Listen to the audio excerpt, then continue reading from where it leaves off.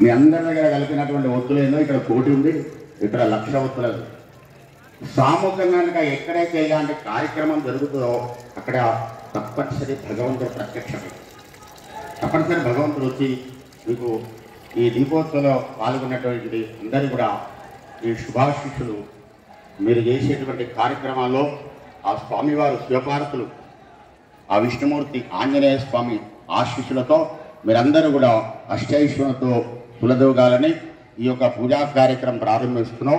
మనకు ముఖ్య అతిథిగా మాకు వారు గత 15 సంవత్సరాల నుంచి ఆధ్యాత్మిక ముందు ఏ కార్యక్రమం ఉన్నా కూడా వారు మమ్మల్ని మెలుస్తుంటారు, మేము వాళ్ళు దంపతులుగా వస్తుంటారు.